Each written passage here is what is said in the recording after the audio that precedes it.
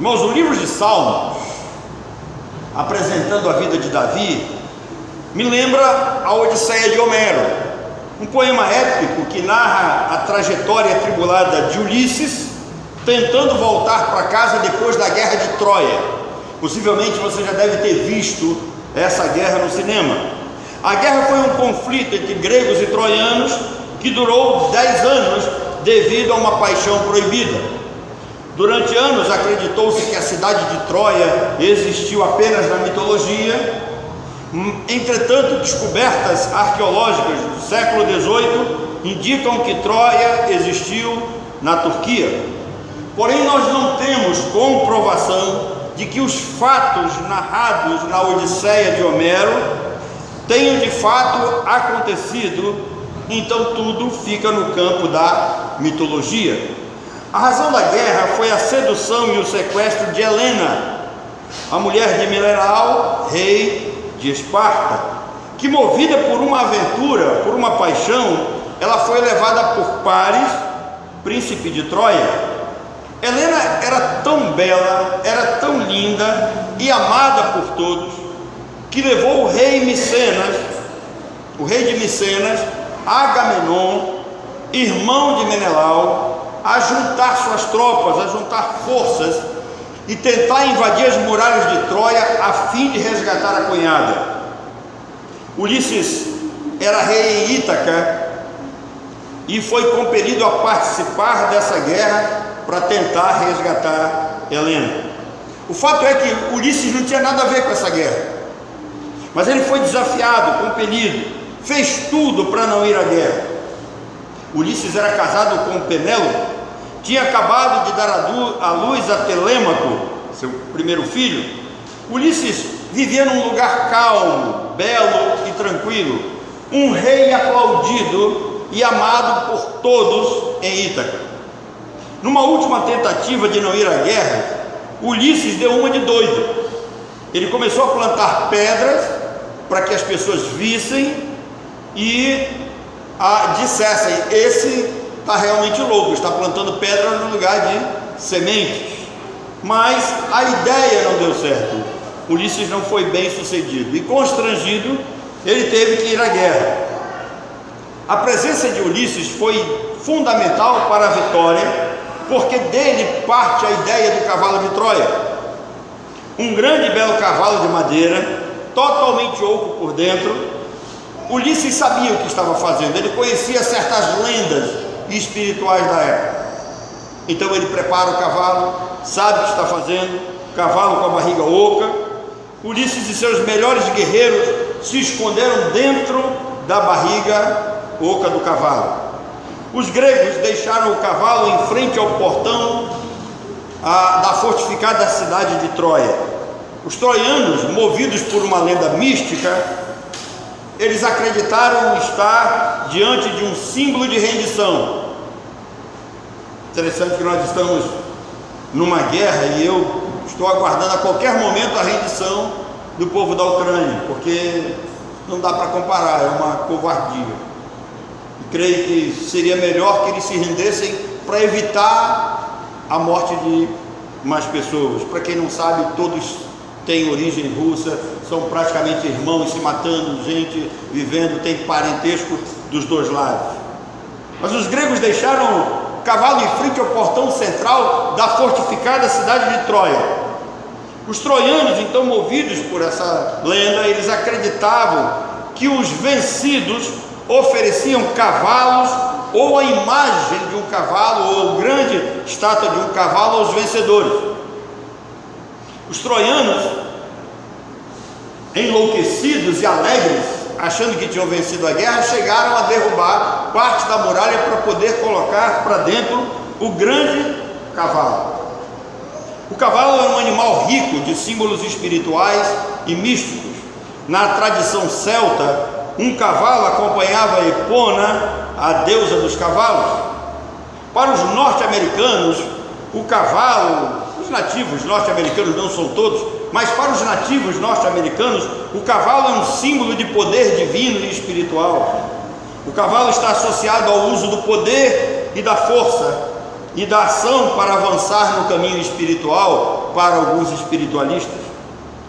Então o cavalo está cheio de mística, cercado por toda essa áurea espiritual. E quando o cavalo foi deixado diante da cidade, os troianos disseram: ganhamos a guerra. Colocaram o cavalo para dentro. Os troianos beberam, comemoraram a falsa vitória, acreditando que eles estavam totalmente protegidos pelas muralhas da cidade e pelos seus deuses. Quando a festa acabou, estavam todos cansados e embriagados.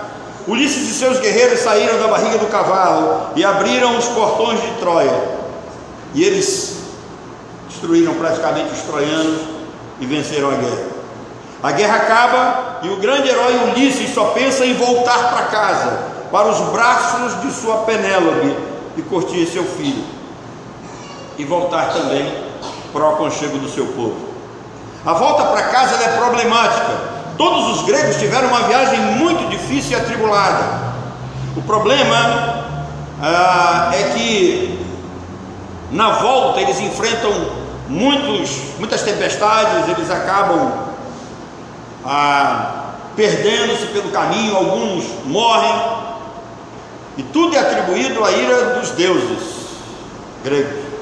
Irmãos, o politeísmo, ele tem esses problemas. Em determinadas situações, parece que os deuses não entendem. Graças a Deus que nós só temos um Deus. Então eles estavam completamente confusos. Ulisses e seus bravos, para não morrerem em uma tempestade, se refugiaram em uma ilha dos Cíclopes na Cilícia. Explorando a ilha, chegaram à caverna do Cíclope Polifemo, filho de Poseidon. Rejeitado pelos deuses do Olimpo, Polifemo era um simples criador de ovelhas. Faminto, Ulisses e seus guerreiros invadiram a caverna de Polifemo, e para não morrer, de fome, eles comeram o que tinham, se apropriaram praticamente da caverna. Polifemo chega, e quando ele pensa em matar os seus invasores, Ulisses o embriaga com uma quantidade de vinho, fura o seu olho e foge. Até aí tudo bem. O problema, irmãos, é que o Cíclope só tem um olho. Então Ulisses deixou o filho de Poseidon cego. Revoltado, Polifemo pede ao seu pai, Poseidon, que dê uma viagem atribulada de volta para Ulisses. Interessante que ele não pede a morte de Ulisses. E Ulisses, que já está tendo uma volta atribulada, vai ter que enfrentar mais tribulações. Após várias tempestades, Ulisses se perdeu e ficou à deriva no oceano por 9 dias, até que foi encontrado por Calipso. Calipso era uma bela deusa grega, dona da ilha Odígia, que após cuidar de Ulisses, se apaixonou por ele. A ilha era um paraíso, cheio de belas jovens, muita comida, um lugar rico.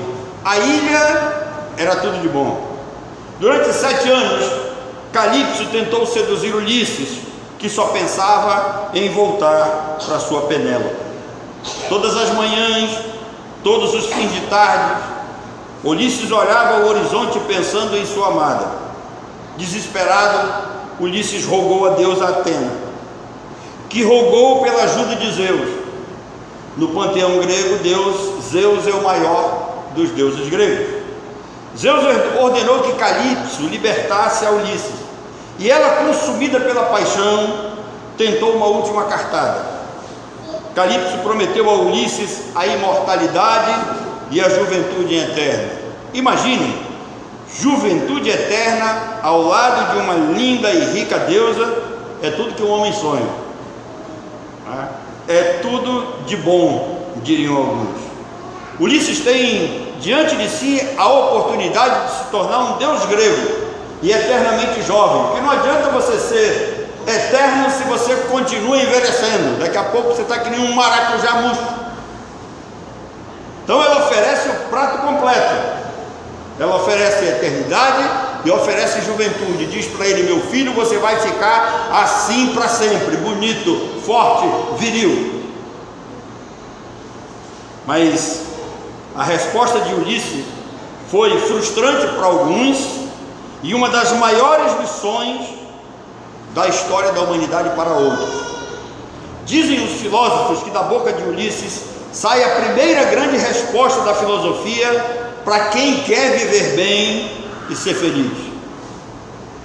Quando a deusa pede uma resposta, Ulisses disse: é preferível continuar a vida como um mortal e viver no lugar certo, ao lado de quem amamos, do que viver no lugar errado, longe de tudo que realmente faz sentido para a nossa vida.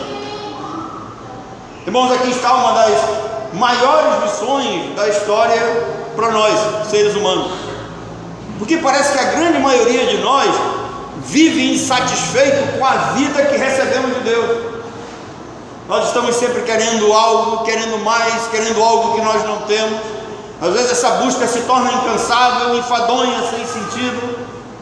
Então Ulisses diz: olha, é preferível continuar a vida como um mortal, é preferível continuar a vida, mesmo com todas as dificuldades que nós estamos levando, mas num lugar que Deus nos colocou, cercado de pessoas que amamos e das pessoas que nos amam. A grande lição é: ao criar você, Deus planejou o lugar certo para você viver, ao lado de coisas e de pessoas certas para você, que realmente fazem sentido para você e para o papel que Deus determinou para você, o papel que Deus projetou para você. Por isso, a Odisseia de Homero me lembra a vida de Davi. Davi, o grande escritor dos Salmos, um homem criado como pastor de ovelhas, que chegou ao trono de Israel por escolha divina. Ele tinha certeza disso. A Bíblia nos dá conta disso. Davi não faz absolutamente nada para ser o que ele foi. Deus tem um papel para ele, Deus o escolheu. Davi significa amado ou preferido. Esse é a tradução que mais se aproxima do seu nome. Davi é filho do segundo casamento de Jessé, que teve ao todo 10 filhos. Jessé era um homem rico, ele tinha 2 mulheres. 7 homens ele tem do primeiro casamento da primeira mulher, eu diria da titular, né? E tem 3 filhos com a segunda mulher. Entre elas, dos 3 que nós vamos encontrar da segunda mulher, nós temos a Abigail e Zeruia, que são filhas de Jessé, com uma mulher que depois eu vou dizer o nome dela, menos interessante, e elas são irmãs de Davi. Irmãos, 7 homens da primeira mulher, Davi, Abigail e Zeruia da segunda mulher. Eliú, o último do primeiro casamento, ele morre, e aí Davi assume na genealogia de Jessé o lugar que é de Eliú. E Davi assume para cumprir uma profecia que está no livro de Ruth, que o primogênito de Jessé, do tronco de Jessé, sairia aquele que iria reinar em Israel. Mas Davi vive em casa infeliz. Ele não é tratado como filho legítimo, ele é tratado como uma espécie de bastardo. Tanto que quando Samuel chega lá e ele pergunta a Jessé: onde estão os teus filhos? E Jessé manda trazer os filhos dele. Está aqui, os meus filhos estão aqui, quer dizer, os filhos do casamento, os filhos titulares, os primeiros, estão aqui. E aí Jessé olha e Deus diz para Jessé: eu não quero nenhum desses. Então Samuel pergunta: você não tem mais nenhum? Aí Jessé diz: olha, tem um que ele não é, vamos dizer assim, o titular da titular, né? Está lá no campo cuidando de ovelhas, não é um homem forte, ele não pode ser utilizado como guerreiro. Mas irmãos, nós não podemos esquecer que a narrativa bíblica diz que Davi já havia matado um urso e um leão. Não era tão frágil assim. Então, mas culturalmente falando, dentro de casa, dentro da família, Davi era um jovem sem muita expressão, que cresceu como um simples pastor de ovelhas. Segundo Samuel 17:25 diz que sua mãe se chamava Naás. Agora, se você for lá abrir, você não vai ver o nome de Davi lá e o nome dela. Você vai ver que ela era mãe das duas irmãs dele. Se era mãe das duas irmãs, consequentemente, era irmã dele. Então Deus enviou Samuel à casa de Jessé para escolher o que seria o rei de Israel, que sairia do tronco de Jessé para cumprir a profecia bíblica. Davi entra no palácio como arpista que tocava para acalmar o espírito de Saul e também cuidava do rebanho de seu pai Jessé em Belém. Certo dia, o jovem Davi foi levar comida para os seus irmãos que haviam se alistado no exército de Saul, estavam servindo o exército de Israel. E Davi, o insignificante, vai levar um agrado para os irmãos e também para o chefe da guarda. Jessé queria saber como estavam sendo tratados os seus filhos e manda Davi lá. Na caminhada, Davi se encontra com o gigante Golias. E com apenas uma funda, Davi pegou 5 pedras para matar o gigante. Eu já vi pregadores dizendo que Davi pegou, pela graça de Deus, ele só precisava de uma, e ele só precisou de uma. Mas dizem que ele pegou 5 pedras porque ele estava sem fé, ele poderia errar e teria pedras de reserva. Irmão, não é verdade. Quem conhece a história, os talmudistas dizem, e aí se você olhar a Bíblia diz que o gigante Golias tinha mais 4 irmãos, e que Golias não está sozinho. Então Davi pega 5 pedras, porque ele sabia que ia derrubar o quê? 5 gigantes. Então Davi não está brincando. Ao matar Golias, os outros fogem. Davi, ele foi nomeado então chefe dos homens de guerra. Preste atenção, um jovem aparentemente frágil, por causa dessa proeza, ele é nomeado chefe dos homens de guerra. Ele era estimado e respeitado por toda a tropa e também pelos ministros de Saul, aqueles que estavam à volta de Saul. Davi começa a ganhar fama em Israel. A inveja invade a mente de Saul. Irmãos, eu não sei porque isso acontece, porque quando eu vejo alguém que está crescendo, o meu papel é ajudar ainda mais, é tentar elevar ainda mais o nome dessa pessoa. Mas a inveja invade a mente de Saul, que por várias vezes tentou matar Davi. Foram várias fugas, vários momentos difíceis. Davi era alguém que ainda estava em busca do seu canto para ser feliz. Ele não era feliz em casa, ele não está feliz como chefe da guarda. A vida não está bem para ele. Perseguido e acuado.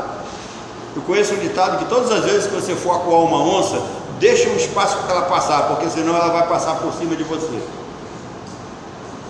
Então, Davi estava perseguido e acuado. Ele se refugiou na terra dos filisteus e ele levou 2 mulheres, Aquinoã e Abigail, e deixou a titular lá, filha de Saul, em casa.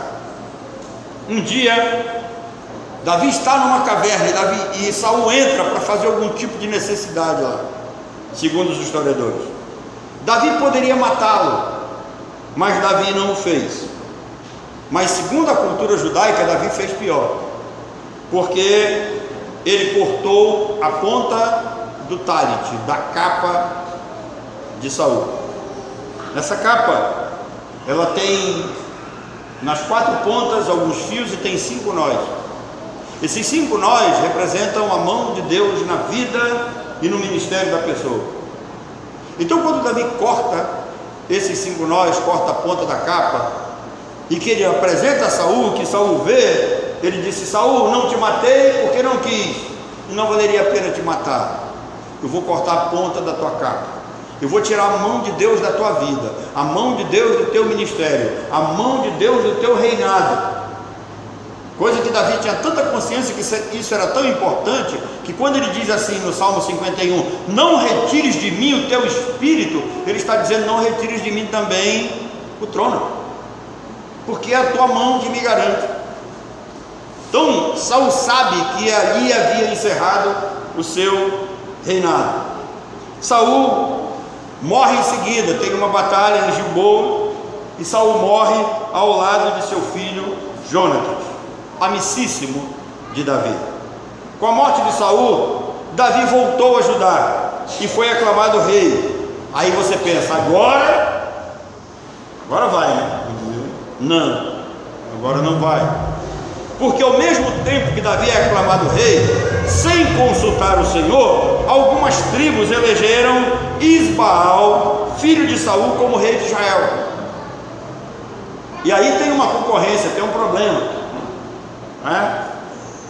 Vem a guerra seguinte, e Isbaal foi morto. Aí Davi tornou-se definitivamente rei de Israel e saiu conquistando tudo. Aí você pensa, agora vai. Realmente, agora foi. Mas a vida nunca está livre de novas batalhas. Entenda isso. Por mais que a vida pareça boa e confortável para você, ela sempre vai reservar uma batalha. Não se esqueçam que um dia Jesus disse que no mundo nós teríamos o quê? Aflições. Essas aflições vão nos acompanhar, nós vamos ter que aprender a conviver com elas. Davi está amadurecendo e ele aprende com essas vitórias, mas ele ainda precisava de um outro teste. E quando se pensa que a coisa vai, aparece Betseba diante de Davi.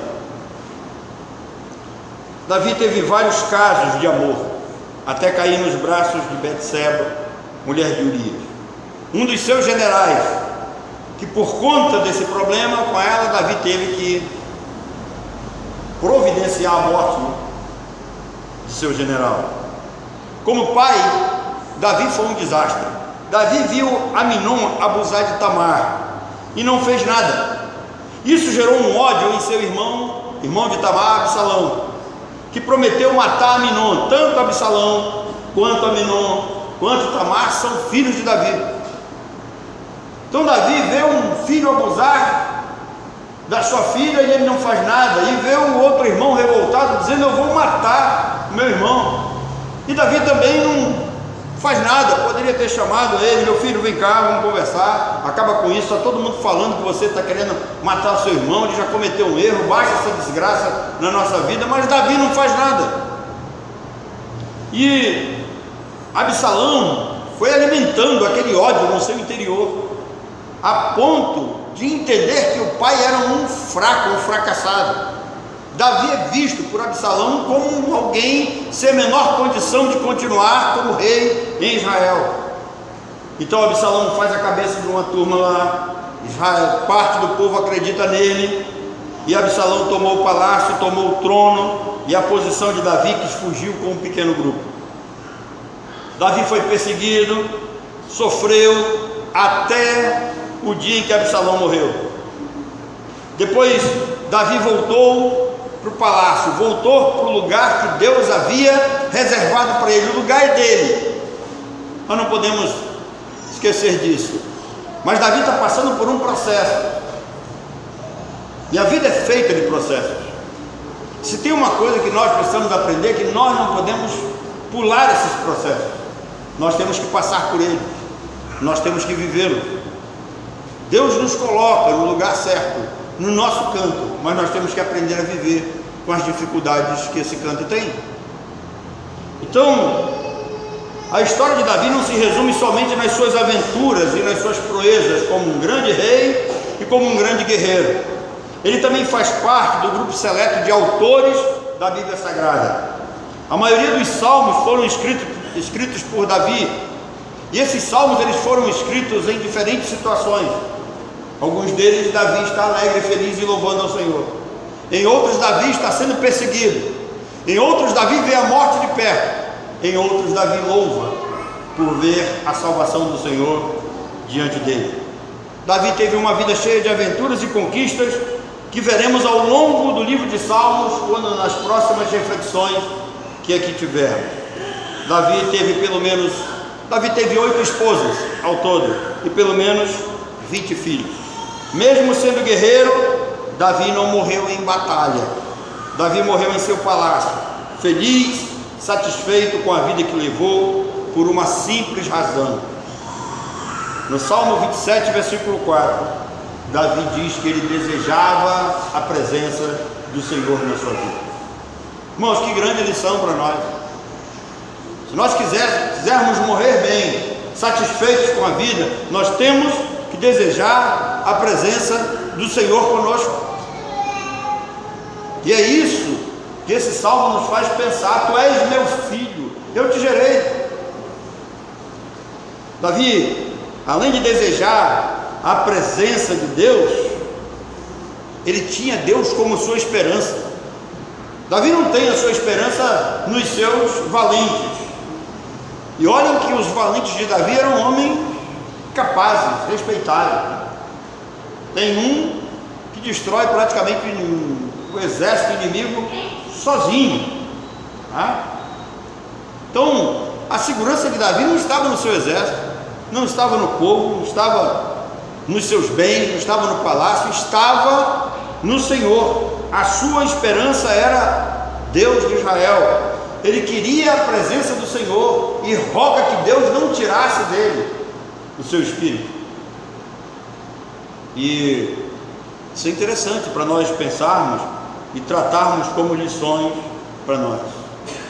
Davi morre então satisfeito com a vida. Salomão sucedeu a seu pai Davi, que antes de morrer deixou uma lista de orientações para o seu filho, deixou uma lista de recomendações.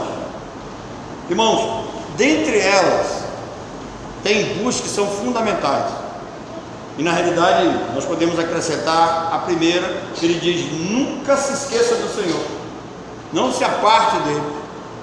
E ele diz: olha o teu povo, cuida do teu povo, é teu povo, são teus irmãos, e cuida da tua casa, cuida da tua família. Por que Davi diz cuida da tua casa e cuida da tua família? É possível que ele tivesse algum peso na consciência de que ele tenha falhado como pai. Um rei, político, guerreiro, excelente administrador, mas que tem falhas dentro de casa. Nenhum de nós veio aquinhoado com perfeição. Todos nós temos nossos defeitos, nossos erros e nossas falhas. E para nós que pensamos em felicidade, o que esse homem deixou para nós? Se ele deixou uma lista para o seu filho Absalão, o que ele deixou para nós? A vida de Davi nos ensina que existe um lugar para você, uma porta que é só sua, que só cabe você, que só você passa por ela. Entenda isso. Um dia esse salmista diz assim: levantai, ó portas, as vossas cabeças, levantai, ó portais eternos. Irmãos, que portas são essas? Porta não tem cabeça, são seres humanos que ele está falando. Nós somos portas. Deus criou uma porta para nós, que só entra nós, só cabe nós, ela é nossa. Em outras palavras, tem um lugar que é só nosso. Deus criou um canto para você, um canto que é só seu. E se é só seu, você não vai ser feliz longe dele. Por mais que você ande, você sempre vai voltar para o lugar onde Deus determinou que você seja feliz. O seu canto. Deus criou um canto para você. Seus dons, seus talentos foram dados por Deus de acordo com a sua personalidade, para você viver no seu mundo, para você viver no seu canto, para você ser útil com tudo isso que Deus deu para você. Pegue todos esses seus talentos, tudo aquilo que você sabe fazer, procure descobrir seus dons, seja útil, apresente-se para Deus e diz: Senhor, me deu isso, eu tenho que desenvolver. Pegue seus talentos, pelo menos multiplique eles, que é o que Deus espera de nós. Não enterre. Se você canta, cante para a glória de Deus. Se você toca, toque para a glória de Deus. Se você evangeliza, faça para a glória de Deus. Se você contribui, faça para a glória de Deus. É isso que Davi nos ensina, que ele se entrega com todas as suas forças para a vida que ele recebe de Deus. E ainda que a gente olhe que é um rei vivendo num palácio, esse homem tem escorregões, esse homem tem quedas, esse homem tem dificuldades, e em nenhum momento ele reclama da vida. porque ele sabe que a vida é dada por Deus e que Deus estava no comando e no controle de sua vida. Mesmo com tantas lutas, mesmo com derrotas e vitórias, Davi morreu satisfeito. O hebraico usa uma palavra, uma frase que nos diz assim: morreu entrado em dias, quer dizer, morreu satisfeito com a vida. E por que Davi morreu satisfeito com a vida? Porque Davi chegou ao que Aristóteles chamou de a excelência de si mesmo. Aristóteles diz que todo homem tem que viver a vida em busca da excelência de si mesmo. E o que isso significa para nós? Olhando para a vida de Davi, o que a excelência de Davi nos passa? Primeiro, quando Davi pecava, Davi confessava os seus pecados. Faça isso. Nós não vamos estar livres de pecado. Quando pecarmos, vamos confessar os nossos pecados. Nós não estamos tratando aqui de perda de salvação, mas nós estamos tratando aqui de perda de comunhão. Nós confessamos os nossos pecados para que a nossa comunhão com Deus não seja arranhada, ela esteja em dias. Como nós vimos aqui recentemente, estudando a carta aos Romanos, uma vez salvo, para todo sempre salvo. Então Davi chega à excelência de si mesmo, e o caminho é esse: Davi confessa os seus pecados. Segunda coisa, Davi reconhecia os seus erros e ele se arrependia com sinceridade. Ele não era um falso, ele não era um dissimulado, ele se arrependia verdadeiramente. Davi não foi arrogante, ele sabia que era pecador e que precisava de Deus. Sem Deus ele não era nada. Um dos seus salmos ele diz que ele sempre tinha o cuidado de olhar para o monte. Todas as vezes que ele olhava para um monte, ele sabia que de lá poderia vir um socorro. E esse monte tinha uma altura, porque Davi estava olhando para Deus. Davi consultava ao Senhor antes de tomar suas decisões. Interessante isso. Davi consultava ao Senhor antes de tomar decisões. E isso é tão profundo na teologia. Eu vou falar uma coisa para vocês aqui que eu acho que eu nunca falei. Dentro da doutrina da predestinação, dos decretos e da soberania de Deus, que é isso que o texto nos ensina, é Deus quem cria Davi, é Deus quem gera Davi, é Deus quem determina que Davi vai ser rei, é Deus quem comanda a vida de Davi, quem governa a vida de Davi. Existe na teologia da sã doutrina um ponto teológico que fala sobre o conhecimento da possibilidade que não aconteceu porque não estava decretado. Um dia Davi chega diante de Deus e pergunta assim: Senhor, entregar-se-ão os homens de Keila nas minhas mãos? E o Senhor diz: entregar-se-ão. E Davi sai da presença do Senhor achando que os homens seriam entregues na mão dele. Não foi, porque não estava decretado.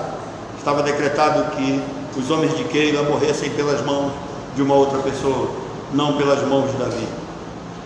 Mas isso mostra que todas as vezes que Davi ia tomar uma decisão, participar de uma batalha, participar de algo sério, ele sempre consultava o Senhor. E Davi, por último, confiava no Senhor de todo o seu coração. Davi confiava no Senhor de todo o seu coração. Ele sabia que tinha sido gerado por Deus, sabia que Deus era seu Pai, sabia que Deus dirigia a sua vida. Irmãos, que Deus nos abençoe e que Deus abra os nossos olhos, abra especialmente os seus olhos, para que você descubra o seu canto, aquele que pelo fato de ser seu não será de mais ninguém, ele é só seu. E entendendo que Deus colocou você num canto, viva como Davi e viva como Paulo, servindo e louvando ao Senhor, feliz, satisfeito com a vida, em toda e qualquer situação. Amém?